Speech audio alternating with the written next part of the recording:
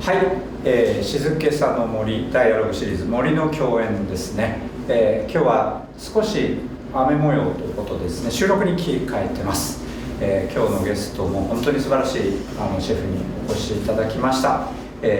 じめのオーナーシェフである米田はじめさんです。はい、よろしくお願いします。よろしくお願いいたします。そして、一緒にコーディネーターを務めていただく太田ゆかりさん、ともにですね、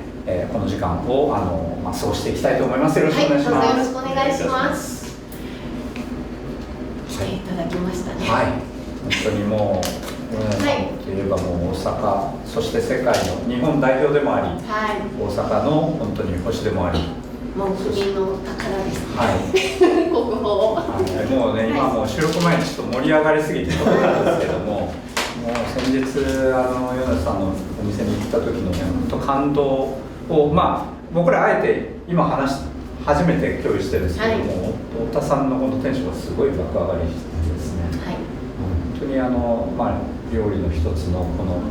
手にハスの葉、そうですね、ハスの葉をこう直接持って、でそこに料理が乗っかってるんですが、そこにこう雨のようにバーッと降らせて、でその降らせた雨を手のひらで感じるだけじゃなくて、そこにはこのある種のなんていうか温度もあり、でこう食感もあり、であと音ですよね、中にちょっとドンパチ近いみたいなとかちょっと表現が良くないですけど、プチプチするのがあるので、口に入れた時にその雨のこのビジュアルとともに雨の中に包まれているような本当に素晴らしい料理を体験して、もう美味しい料理って日本にも世界頂点のものがいっぱいあるんですけど、このアートとのバランスということに関しておいても、美味しさももちろんそうなんですけども、もうそれに関しても唯一無二というのが、世界のまさに頂点だなという、そうですね、素晴らしい体験。まさに今日そのお話を深く掘りたいなと思ってまして、初めて米田さんのお料理を知る方も今日たくさんいらっしゃると思うので、まず最初にちょっと今日映像を準備しております。なんか僕、すごい見切り発車しちゃってごめんなさい、この映像を見てからですよね。そうです、なのでちょっと一度見ていただきましょう。はい、ちょっと後で編集してる顔もいいかもしれない。はい、では流しましょう。見られましたか？素晴らしい。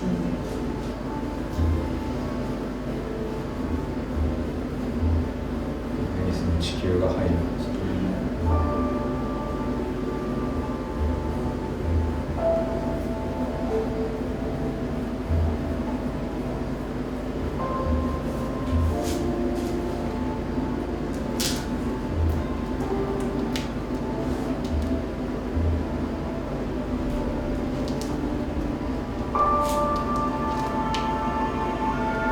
これですね。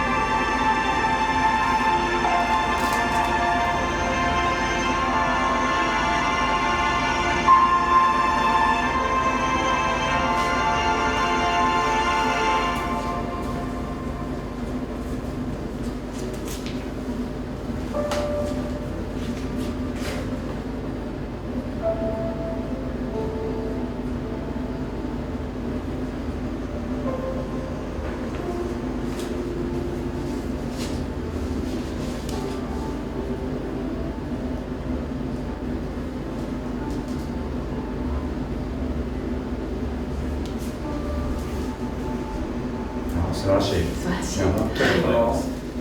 実際行くと今の映像が大げさではなくて一つ一つが本当に美しい体験としてこう完結するというのが、そうですね、アートとこの料理っていうものを高次元でこの成立させている本当に稀有な、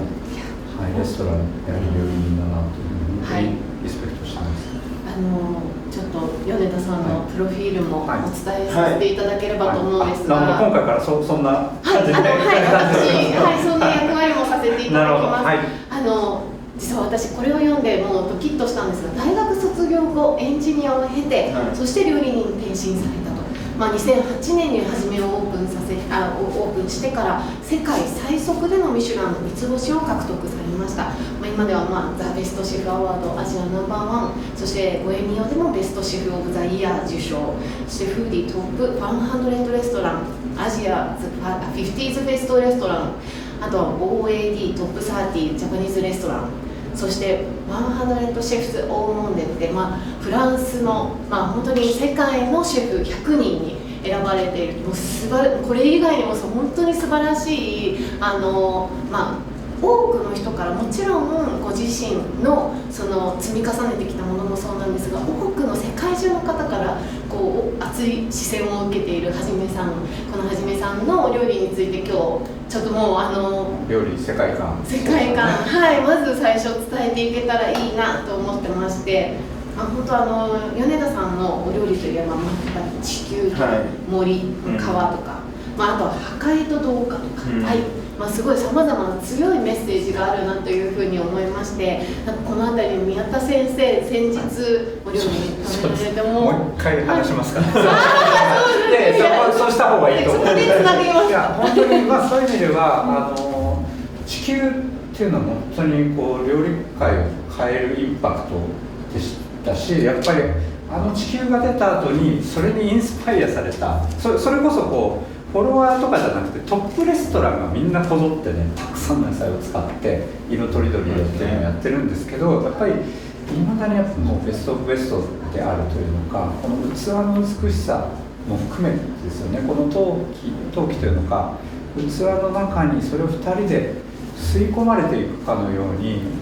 そしてその地球にある多様なこの命と向き合っていく瞬間を最初に感じた時は、忘れがたいですし、毎回やっぱりね感動できるっていうのって本当にすごいお皿だなって思うんですけど、これはどういうところが発想して先ほどちょっとずっと一緒に案内をしていただいたんですけど、その時にお茶の空間の話言われたじゃないですか、千の利休、で利休のお茶と空間とは違うものを作りたいって言ったのとすごく似てる。本当なんですか。もともと私はエンジニアの後、フランス料理がすごくしたかったんです。でフランスで勉強しようと思って、調理師学校行った後、日本とフランスのフランス料理店で勉強して、でフランスも4年ぐらいいて日本に帰ってきて、で日本のフランス料理店でもう一度働いた後に2008年にオープンするんですね。でフランス料理店としてオープンをして、フランス料理店としてその後1年半で三つ星を取るっていう流れに行くんですけど、半年ぐらいやったぐらいの時に料理が作れなくなったんですね。っていうものがそんな短いスパンでそうです。これがそうなんです。それがもうやっぱり一度作った料理は作らないっていうことをずっと言っていたので、新しい料理を作らなければいけないと。で毎晩今まで勉強した料理をずっとやったんですけど、半年ぐらいやるともう全部作っちゃってた。それそうなんですよね。そこからいろいろアレンジをしてやってたんですけど、これはもうどうにもならないということで、一度フランスに帰ろうということで、2008年オープンして2009年のお正月に2週間ぐらいフランスの友人のお店のところに行ったわけです。で行って、ちょっと研修を一緒に一緒に仕事をして、で最終日にどういう料理始めをやってるんだっていうことを言われて、インターネットの写真をこんな感じだよっていうのを見せたら、良くないよと、これはコピーじゃないかと、お前が修行してきたところのシェフのコピーじゃないかって言われて、いやちょっと待ってよと、ちゃんと勉強やってくるとそれはそのテクニックとかを使うのは普通じゃないかって言って、結構言い争ってもういいわって帰ってきたんですね。で帰ってきた後、じゃあ私の料理とは何だろうと、いうところにずっとこう入っていったんですね。でもいろいろ考えても私はフランス人じゃないですし、でもフランス料理店として名前を付けてると。でも自分自身、例えばフランス料理のクラシックと言われるような昔からずっと引き継いでるここを基礎として勉強しなさいよっていうところも必ずどこかの料理人が新しく開発した料理なんですよね、確かに昔に。ということはそれをやっててもコピーになるじゃないかと。ってなると私自身のもともとあるそのものは何だろうと思ったんですね。でそうなると私がエンジニアやってたのは26までなんで、そこから料理をしてフランス料理を学んだんですけど、じゃあその前にあるんじゃないかと、ルーツが。でそれまでっていうのはその前は大学行って高校行って中学行って小学校行ってたんで、普通に家庭で食べてる家庭の料理と、自分で食べたようなカレーとかラーメンとかそういうようなラーメン、食事なんですよね。でこ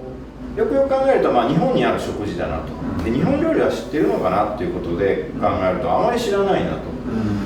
で京都に食べに行こうということで毎週のように京都に食べに行くと、懐石っていうのはすごく素晴らしくて、全てに意味があるんですね。今日は何月何日だからここに何か食材が3つあって、1つは健康のため、1つは幸福のためとか、意味が全部あるんですね。これはすごいなと。私たちはもう芸術だみたいな感じでザーッとソースかけてたのが、全ての角度から盛り付けの場所から全部意味ある。これは素晴らしい料理だなということで、じゃあちょっとそれを勉強しようということで勉強すると、そこの原点に行くのがやっぱりそのお茶なんですよね。なるほど。お茶に行くとやっぱり利休っていう、もう美意識のドンみたいなのがいて、すごいっすよ。もうその世界観っていうのはすごいなと。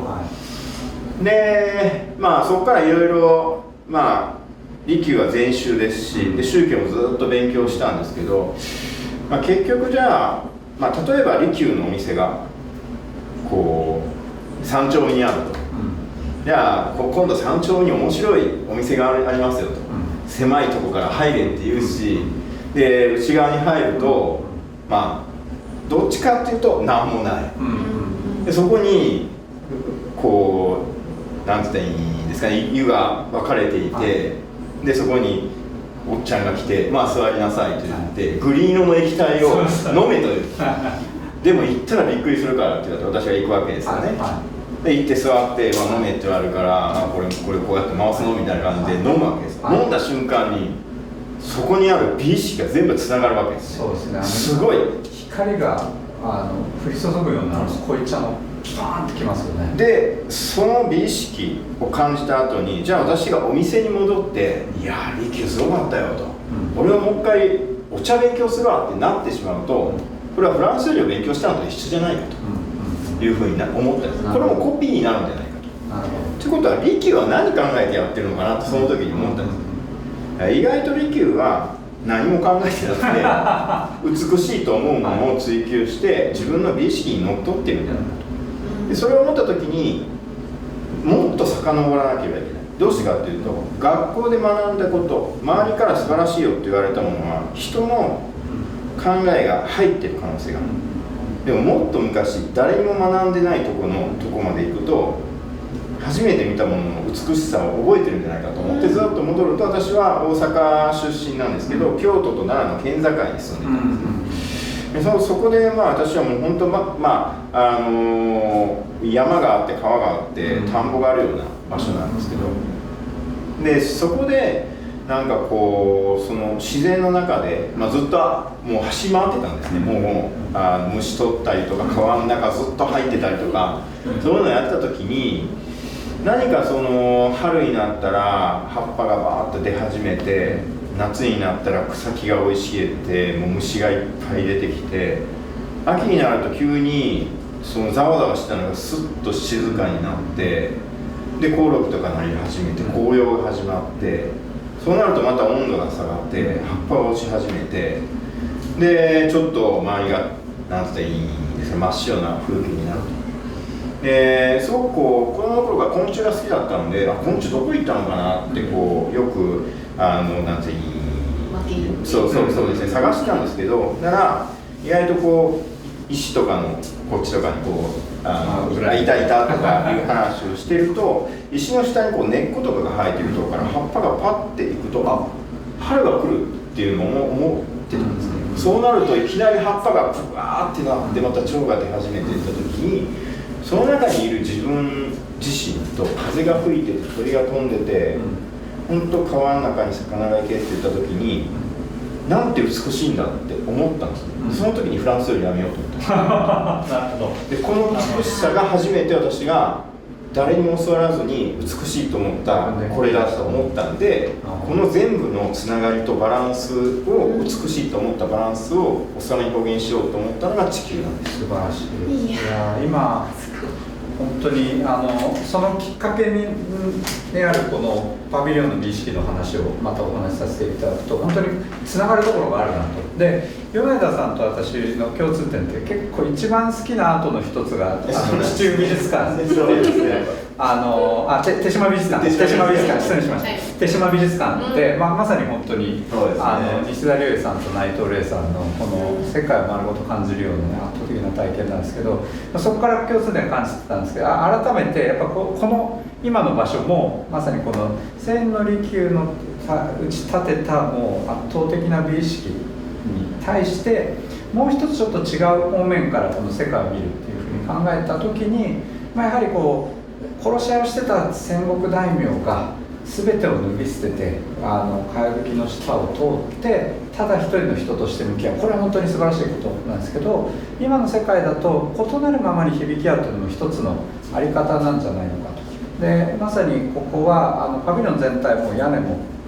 壁もないので全てを受け入れる、もう今日の雨すらも受け入れながら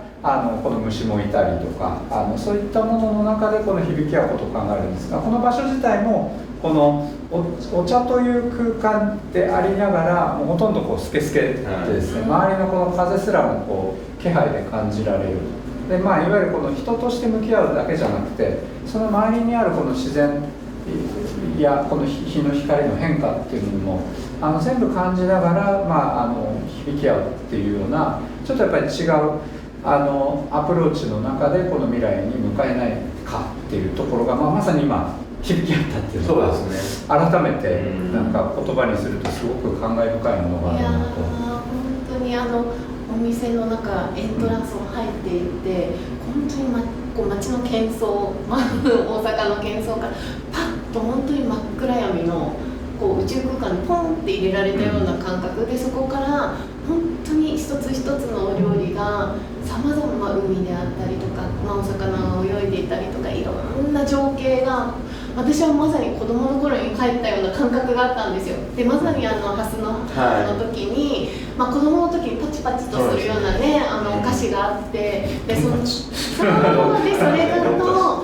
それの最上級ですねそうでなんかこう本当に童心に帰ったような感覚と、あとはこの年になって分かるその世界中を旅した時の、そのあらゆる大陸を少し感じたんですよね、私は。なんかそのハーブだったりとかさまざまなテクスチャーとかで、その時になんかまるでこう地球の壮大な映画を見終わった後のような気持ちで、また後ろ髪を引かれながら大阪から東京に戻っていったんですがなんか本当に長編のすごく大きな宇宙旅行をしてきたようなそんな感覚があったんですよ。本当に素晴らしいですよね。ヨナさんの料理のコースって本当にやっぱ壮大なスケールなんで、地球からいきなり宇宙っていうのもそうなんですけど、こう地球から少しずつこう飛び立っていって一回こう宇宙に行って俯瞰して地球全体を見てまた大地に戻ってきてその愛おしさをかみしめるっていうのが、結構 SF とかだとどっち側かに行きっぱなしのものが多いんですけど、このなんていうの挙手的な視点とやっぱりそのなんていうのか何気ない中にある世界の美しさっていうのを両方解像度高く掴み取ってるっていうところも本当に素晴らしいなっていう。そうですね。ごめんなさい。大丈夫です。なんかもう本当率直になんですが、こう米田先生っていう米田さんがそうでもう本当に革新的なもう本当クリエイティビティをこう持たれているという、もうまさにその通りだと思うんですけど、なんかこの根源に今多分根源から作り出されているお料理っていうのは今のお話ですごい伝わってきたんですが、なんかこの美意識を磨かれているなんか方法とか、なんかもちろんいろんな勉強をされてるなって思うんですが、最近こうちょっと子供の頃にできなかったことを今やっているっていう筋トレもそうですけど、魚釣りとかも全部そうですね。プラモデルとかもそうですね。なんかそういうのとかも何かこうインスピレーションになってたりするんですか？いやそこに関しては、子供の頃になかなかできなかったものが今の大人になったら意外といろいろ情報も集められますし、こうやれるんじゃないかっていうことでやっていくと意外と達成ができるなっていうのがあって、ずっとなんかあれができなかったからっていうよりも、何でも挑戦してやってみるっていうのは素晴らしいことですし、でまた今初心に戻って子供のような気持ちでできるっていうチャンスってなかなかなくて、やっぱ大人ってやっぱ保守的になってしまって、こうやれることばっかりやってしまう。でもやっぱ新しいことを挑戦するとやれない自分っていうのが分かってくるので、そうなってくると今若い子がいろいろトライしようと思ってるけどなかなか前に、行かないでどうしたらいいかって悩んでるのと同じようなとこに行けるので、だから分かるよそれっていうようなこともあるので、だからチームでやっていく場合もどういうふうにそこから解決をしていったらいいのかっていう方法も勉強ができるので、すごくいいかなと思ってそれはしてますね。いろいろなことにチャレンジすることによって初心から始まるので、そうですね、その初心をこう感じながらいろいろな視点に立てたり、あるいは世界の美しさをやっぱりアプローチがちょっと違うだけで感じられますよね。山一つとっても山登りをするのか、あるいは山のなんかレジャーをするのか、写真を撮りに行くのかとか全然違うじゃないですか。あるいはサウナに入るとかでも感じ方も違うと思うので、やっぱりアプローチが違ってくるとまた新鮮な目で見る。そうですね。であとやっぱり私自身がこうバランスっていうんですかね、それがすごく美しいって感じるタイプだったね。美しさ、でバランス、料理もそうじゃないですか。バランスっていうものですし、いろんな生物がいたっていうものを美しいって感じたところからバランスっていうところに多分行ってると思うんですけど、それをいつも考えるときは、マクロ的な見方とミクロ的な考え方を行き来してやる方法をいつもとってます。なるほど。だからコース全体もそうですよね。そのコースもそうですし、その方がどのようなこれまで食事をされてきたのかとかいうところまで一応調べて、でお越しいただいてっていうところを次細分化をして一つ一つを作りながらもう一度大きく見ているという部分と、さらに各々がどういう食事を食べることによってそれが全体的な生態系だったりとか経済性だったりとか社会性にどのような影響を及ぼすのかと、いわゆるこう地球を一つの生命体って考えるようなガイア理論ってあるじゃないですか。でそこが健康的なバランスでいるっていうのが、平和的な状態なのかなと私はいつも思っていて、やっぱりこの地球だったり宇宙もそうですけど、その平和っていう状態が一番の美っていう状態に近づくんじゃないかっていうふうには思ったりしてるんです。いや、そういう意味では本当に米田さんのお皿、そしてその料理の一つのコースを食べた時に太田さんがさっきおっしゃったような一大女子史というのか、一つのこの人生を終えてきたようなすごくなんていうのか深くて、そしてこう美しい習慣になんか立ち会った、あるいは自分が体験したような感覚になるんですよね。でそれはやっぱり一つのお皿の中でもやっぱ美しい調和がありながら、それが連なっていった時にもこうしっかりこうその調和のバランスの中で世界観が保たれているので、やっぱり他の例えばお店だともうガツンと最後もうグワーって なった状態でゲフってなったりとか、もううまみみたいになったりとか、そういうこうバランスを崩したり、まあそれがあえてってこともあるんですけど、それはやっぱこう常にこの美しさの中で進行していくっていうところにもう一つやっぱ特徴があるなっていうふうに思います。だからそれがやっぱこう一つなぎのやっぱアート体験のようにこうお皿がこうなんていうのかつながっていく。いや本当に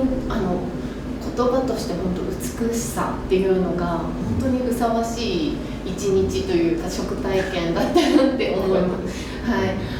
い、事前にちょっと米田さんからお話を聞いたときに、なんか料理の根源は希望っていう言葉をいただいたんですよね。で、今万博のテーマウィークとしても人権と平和をこう提唱していて、平和っていうお話もあったので、なんかこの米田さんが今伝えたい、お料理を通して伝えていきたいことでもいいですし、何かこう今やっている活動の中でこれからこう伝えていきたいこととか、何かこう提唱されていることとかっていうのってあったりするんですか？そうですね、一つはやっぱり人間ってもともと食べ物を食べ始めた時っていうものがもともと言えばその猿っていうものは目の前に食事があると強いものが全部取ってしまうんですよね。チンパンジーとゴリラっていうのは弱いものが目の前にいると半分どうぞって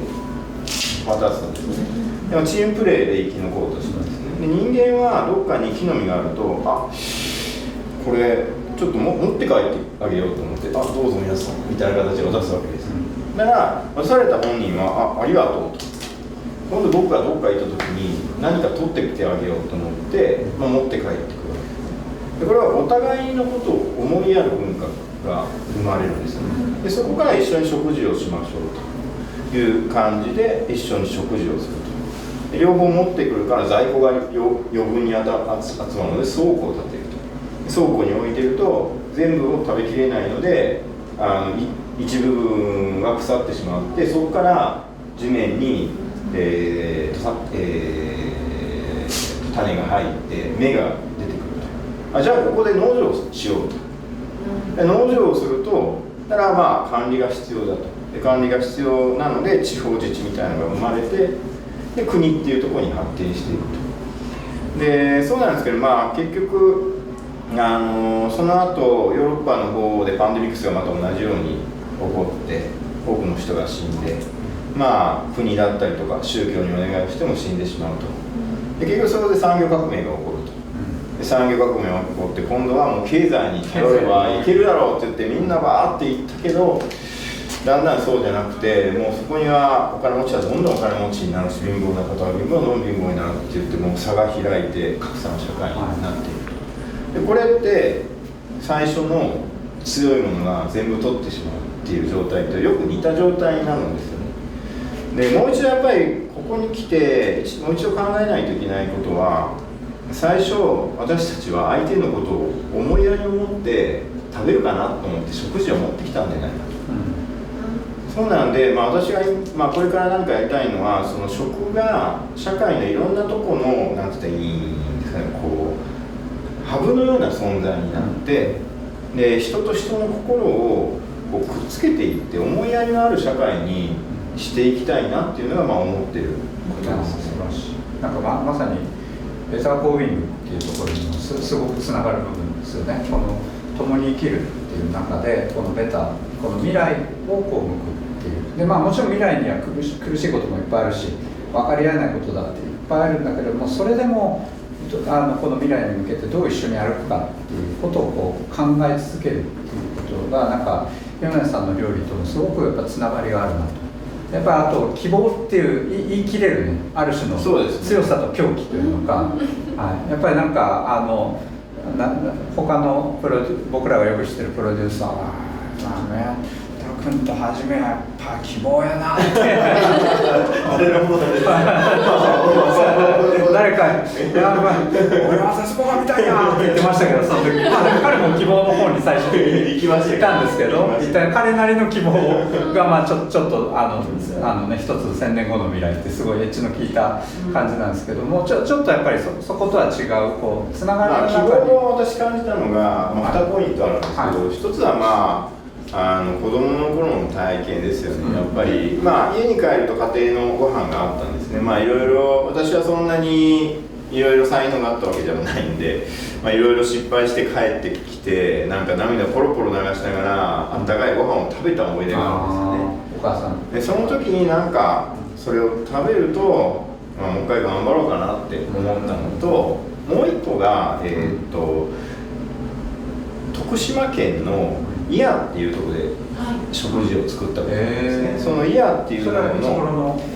それは2010何年です。ああ、じゃあ結構もうキャリアが始まってから。そうですね、はい、で山の上に一軒の平家の武家屋敷があるんですね。でそれは源平合戦で敗れた平家が天皇とともにそこまで行って、まあ、ここまで来ると源氏も来ないだろうってことで多分そこに家を建てられて、住んだっていうところなんです。でそこで料理を作ってくださいって言われて、でまあいろいろ考えたうちにここまでたどり着いた時に何食べたんだろう、いろいろ考えると、まあ、意外とキノコがあったりとか、山のものもイノシシがあったりとか、でハーブもいっぱいありますし、ひょっとしたらまあそこまで何も食べてなくてやっとここでこう何か火を起こして兜を抜いて兜にお水を入れて、でキノコとか野菜とか入れて何か炊いたんじゃないかっていうので、まあ、そういうふうなスープみたいなのを作ったんですね。で多分その時に食べた時に美味しいねと、まあいろいろあったけどもう一回頑張るかと思った時にその瞬間思ったんですね。やっぱりそこからもう一歩先の未来を生きるって言った時に食っていうものが希望っていうものを与えたんじゃないかと。でそうなんで私はいつも玄関からお越しになるゲストが、まあ、帰る時に心の温度が1度でもちょっとでも温度が上がって明日から頑張りますって言ってもらえるように、まあ、作ろうっていうふうに思ってるんです。でまあ結構あるんです。それも時たま本当に、まあ、結構1名なんですね。男性の方が多いです。本当に暗い顔をされて、でサービスもう分かるんですね。あ、ちょっと今日の方ちょっと変ですと。なるほど。思い詰めてらっしゃる。いやもう多分最後の晩餐にしに来るんです。高いからこそ最高峰のところで食べてもう人生を終わりにしようと。そういう人もいらっしゃる、でもその時に、まあ、サービスの人が、まあ、ちょっとそんな感じなんでって分かった、じゃあ一生懸命やろうって言って、まあ、料理を作るわけです。で最後まあ、行くねって言ってご挨拶に行って先ほどもありがとうございましたみたいな感じで言うと、まあ大抵5分ぐらい黙って5分経過なんですか。でパッと顔を上げてもう一回頑張ってみようと思いますって言ってくれる時とかはまあ本当になんかこうねこう料理がまあ希望を与えられるっていうか、まさにレストランの起源はやっぱスープです、ね、そうですね。あったまるのをみんなで分かち合うっていう、だから心の温度を上げる、ね、で食卓を囲む、でやはりそれがやっぱりこうコミュニティの起源にもなってるんじゃないかなっていうそうなんですのが、このまあ衣食住とか五感って言うんですけど、五感全部って基本的に食を取らないとなんないですよね。大抵こう五感体験とかって言うんですけど、いやいや味覚入ってないじゃんっていうと、だからまさにこの食がこの人類のこのイマーシブ体験のこの根源でもあり、コミュニティやっぱりつなぐ力、そうですね。つながないとダメですね。でも今の時代もどんどんそれがまあもともと大家族だったのが家族になって、家族になって個人になって子もこっちの子から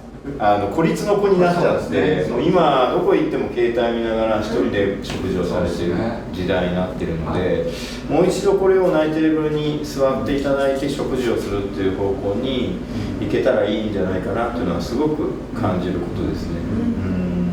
スープっていうのもやっぱすごくその中で一つの、まあでも地球っていうお皿がまさに分かち合う分かち合うです、あれがでも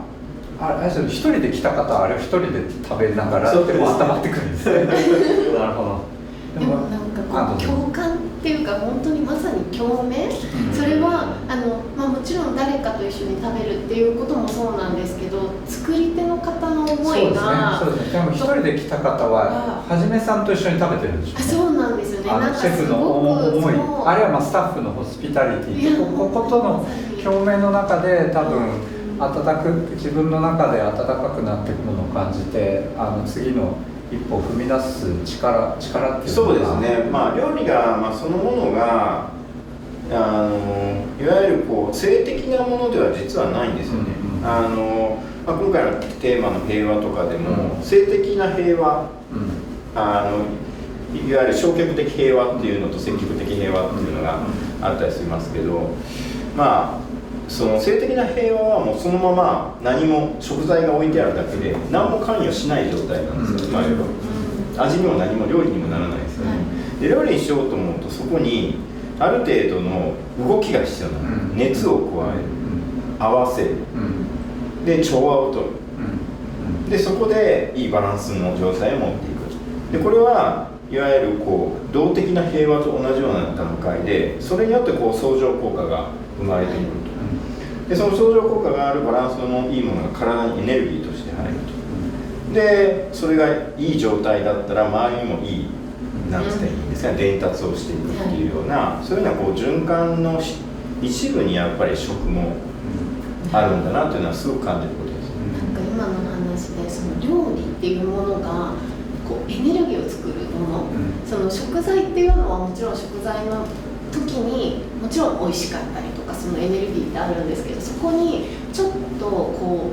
ねじれといいますか、なんか脈動というかそういうものが生まれて、それが体の中に入った時になんか共鳴するとか、そういう風になっていく、それが全体を通してなっていくのかなって。冒頭の、その話につながっていくのがやっぱハスの花、あと一緒に行った方と一緒に、体験したんですけど、やっぱバンってハスの上から雨に模したようなグラニテですかね、そうですね、バンってでその時に2人ともわってびっくりするんですよね。だから一人でこの五感を一人で感じるんじゃなくて、一緒に驚きながら感じて、でそしてこのドンパチの音が体中を駆け巡りながら雨に打たれてるかのような、でも光にも包まれてるような、祝福も感じるような体験で、この感覚にすごい感動したし、それが実はさっき見ていただいたクリスタルの中で雨を本当そうですよね。本当にこの森の中の自然に包まれて雨を一緒にファって感じるっていう、丘の上から雨が降ってくる感じとか、近くで雨を見るのも両方つながってくるんですけど、なんていうか、この体験の締めに同じものを米津さん私も持ってきてて、すごいそこにも興味雨の感じはやっぱりこの世の中の事象ってプラスの考えるものとマイナスの考えるものがあると思うんですね。今日は雨だな、嫌だなって大人になると思うんですけど、小さい頃ってそうじゃないんですよね。雨がいいなって言って、その楽しい感覚が今のマイナスのものの考え方のところが全部プラスに変わると、この世の中は全部プラスとプラスしかないんじゃないかっていうところが最初だったんですよ。なるほど、なるほど。だから小さな頃って雨嬉しかったよなとかパチパチってなってたりとか、それを大人になってもう一回感じてほしいなっていうのがテーマだったんです。なるほど。それが、私たちのこの雨の日の体験だから、今日雨でむしろ良かったかもしれないですね。晴れてると虹が出てもっとちょっと強いパンって違う体験になるんですけど、雨だからこそちょっとしっとりしたこの光の中で雨が、でも霧と空が溶け込むじゃないですか、真っ白な世界になる、あれもすごく好きです。そう太田さんにはよりね、虹よりそっちの方がきっとあんまり決めつけるのはあれですけど、人によってやっぱりね、どこがいいのか。そうですね、なんかそれで言うと多分米田さんのはじめというレストランって決して気軽に行けるお店ではないと思うんですよ。ただそこに行ったか行ってないかでこの世界の見え方って変わるなって、で食体験、その先の人生の食体験が全て変わる、その視点を授けてもらえるなっていうふうに私も思ってでなのでここのベターコービングのこの環境っていうのも同じで、その米田さんの食事をいただいた後に雨が降っていると、そうするとなんかそれがなんか同じ体験価値があるなとか、あと池があった時にその池のことを思い出したりとか、小野洋子さんのクラウドピースを見て、で同じようにこうミクロとマクロの視点じゃないですけど、こうちょっと空を下から空を見るとか、なんかそういうことってすごくこうアート性としてのリンクもそうなんですけど、こう深みがすごく体験の深みと意図がすごくこう深く感じられるなっていうふうに思っていて、なんか決して気軽ではない、ただ一度でもその経験をしたかどうかがその先の人生をすごく豊かにしてくれたりとか、食のそのありがたみだったりとか、何かこうきっかけになるんじゃないかなっていうのをすごく感じた。いや、それはすごく思いますね、やっぱりそれはそのアートの重要性なのかなと私は思ったりしますね。で、アートって単に絵がうまいとかいうことで私はないと思っていて、その人がその人である唯一性だと思うんです。例えばここにほうれん草が1枚しかもうありませんと。今ほうれん草ね、いろいろ環境の変化があって300円とか400円とか結構高騰してると思うんですけど、でももう最後の1枚だって言ったらこれはもう何億かぐらいになると思うんですよね。ということは唯一性になると価値が上がるっていうのはみんな分かっているんです。じゃあ唯一性は何かっていうと、みんなと一緒のことよりも個人としてあなたはどういう存在ですかっていうのがまず一つじゃないかなと思うんですね。ただそれでもじゃあ唯一でいいのかって違うので、アートっていうのはそこから人がそれ鑑賞者が必ずいるっていうことなんです。でそれによって影響があるっていうことなんです。で唯一性の素晴らしさを感じる人たちがいると。でそこで共鳴が起こると、っていうところがそのアートの周りでずっと起こるとこうすごくいい動きができてきて、いろんなプラスの共鳴が起こることもいきますし、逆にそれがあまりいい発想じゃないとマイナスの共鳴が起こると、でなってくると、根本的なその考え方をどう持つかっていうのはすごく大切なところで、そういう部分は教育だったりとかするところがどのようにして今後私たちが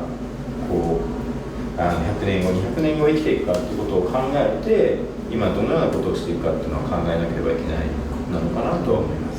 ます。そういう意味ではやっぱ太田さんさっきお話しいただいたように、やっぱ米田さんの料理を経ることによって世界の見え方が変わってくるわけですよね。その世界とどうつながって自分はそのいわゆる唯一の子としてそこにどう向き合うのかということにやっぱ希望を感じますよね。なんかそのいわゆる孤立ではなくて、そこにやっぱ可能性があるんだ、意味があるんだっていう、このなんていうのか、世界をこう俯瞰的な視点で見て、またこうなんていうのか、すごいミクロのところにも戻ってくる中で、子としてある自分に何か希望を感じられるっていうところにすごくつながってるなっていう。でその多様性のもう一個はやっぱり人類としての長期戦略なんですよね、実は。もう今もう短期戦略ばっかりになってしまって、AI から全部もうスピード化、生産性、効率がいい、どんどんそれを進める形になってますよね。これの怖さは一応的な確実性に向かってみんながバッとそっちへ行ってしまう、でもそれが間違ってたらもう全部終わっちゃうんです。でも例えば研究とかもそうですよね。今生産性がないかもしれないけど、昆虫の何かをずっと研究されてる方がひょっとしたらがんの特効薬に行くかもしれない。でいろんなその多様性のところを担保するっていうのが人間の実は長期戦略なんですよね。ただこの長期戦略のところには経済性が弱いと。そこのバランスを次うまくどう取るかっていうのもすごく重要なところで、アートとか文化とかも全部多様性の部類なんで、じゃあもうこれは関係ない、もう生産性でこういう化でバーって大量生産のものって言ってるのはちょっとある意味考えると危ないなっていう。その結果の環境破壊だし、そうですね。で今のこの社会の行き詰まりでもあるので、多様性もそれ自体が重要だっていう視点と、いわゆる生存戦略として考えた時も必須である。そうですね。この複数の視点から大事である。そうですね。それが今回であるクリスタルのアートにもつながってたり、あるいは実はレアンドロのアートも最初はあれに近いやつをイギリスでやってたんですけど、モノカルチャーの恐怖みたいな、すごい全然真逆の意味だったんで、それをちょっと彼と話してて、レアンドロの良さはやっぱり多様性の祝福じゃないかって話をして、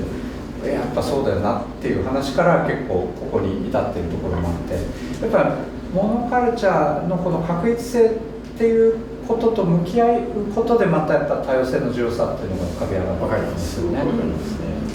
料理も意外とよく似てるんですよ。なるほど。例えばあるハーブから香りだけを抽出するって抽出するじゃないですか。それを口を含むと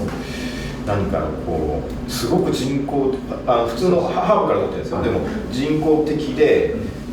毒を感じるような感じです。危ないなところに感じる。なるほど。でそれはどうしてかっていうと、単一だから凝縮されてるからそういう部分もあるっていう部分と、複雑性じゃないからなんです。そういうことです。自然のものは複雑なんです。複雑がある状態の方が人間も普通って分かってるんですけど、でもその工業的にはそっちへ持っていった方が簡単だと。だから調味料とかも全部そうじゃないですか。でもそれをそうじゃないもので普通の食材を使ってやると体にはスッと入るんですよね。いや、そうなんですね。多様性の美しさを表現するときにアートも使うんですけど、美味しさで伝えるのが一番僕は分かりやすい。確率的なところは一定レベルまでいくけど、それ以上にはならないんですよね。ならないんですね。だからもう50点ぐらいまで取れるんですけど、50点以上に絶対ならなくて、そこから先のこのもっと美味しいものとかアーティスティックな感動は必ずやっぱ複雑な。全部そうなんです。音楽もそうなんです。音楽もやっぱりデジタル分野になってくるとやっぱり微分積分なんですよね。だから切ってくっつけてやってるのにどんな細かく見ても階段なんですよ。そうですね。でもアナログはこの隙間のところが全部埋まってるんですよ、この滑らかなさを作るのは、いわゆる楽器とかでもクジラの火使ったりとか木を使うじゃないですか。あれプラスチックじゃないんです。最高級は。でどうしてかって言ったら自然のものが自然な音を出すからなんです。波形がねもっと細かいんですよね。そうなんですよね。でこうやっぱり花鳥域の外側にやっぱ感動があったりするんですよね。このクラシックの演奏でもこの話別でもうちょっと別でちょっと有料バージョンだいぶそうですよね。またやりましょう。重要なところは静けさの森がこれからやっぱ怪奇アート残っていってでここでやっぱ文化イベントをやっていきたいと思ってるんですよ。いろいろなところからまたお金集めて、その時にやっぱり大阪にいる米津さんとのなんか新しいコラボレーションができたらなと思いますし、で今日も改めて本当に感動するポイントとか、お互いこのなんていうの、米津さんの皿の構成とこの静けさの森の作り方とかもすごい視点もあるなと思いつつ、最後にこれから挑戦したいことって何かありますか？これから挑戦したいことですか？今ちょっと、私は英語を勉強しようと思って、英語をずっとやってるんですけど、今食の問題が世界中であるんですね。いろいろ貧困の問題から、戦争が起こったりとかいろんなところで食を関係する問題があるので、一旦世界の料理人たちとかシェフ生産者とかを集めて、みんなでなんか一度この地球をどうするのかとか、そういうことを話し合って、今後やっぱり今の若い、子供とかがやっぱり希望を持って生きていけるような社会にはどうするかということを話し合いたいなっていう方向に私は素晴らしい。この食のつながりが、今回の万博のテーマあるんですけど、実は食って全部とつながるんですよね。食べることっていうのは生物多様性とのつながりでもあるし、食べる喜びそのものウェルビーイングでもあるし、あるいはもちろん健康生きていくための必要な栄養素を食べ過ぎると病気になるし、でもちろんなんでしょうね、コミュニティを作る礎がスープだったりだし、もちろん文化としての美しさ豊かさがあって、でもそれが今日のテーマであるから平和にもつながっていくわけですよね。この世界を見るこの調和の中でこの平和を考えていく力にもなるっていう、そこまで含めて食を語る人ってなかなかいないし、もう今日はやっぱり米田さんをお迎えしてね、いやもう本当によかったというか、私の中ではもう国宝なので、ここまた最近のハザード出てきたけど、ここについてまた置いておいて、そうですね。いやでも本当に素晴らしいトークでしたよね。北さんなんか最後まとめる言葉ありますか？いやとんでももうお二人のお話がもう本当に命、本当に食べないと本当に日本人人間っていうのはもう生きていけないっていう本当根源的な部分の食っていうものでこう響き合っていく、命が響き合っていくっていう本当に食べること空腹を満たすことだけではなくて、そこに米田さんの愛だったりとか希望だったりっていうのを受け取れた時間をいただけたことも嬉しかったです。今日こうやってお話を聞けて、その根源にあるその米田さんのこう思いだったりっていうのに触れられたので大変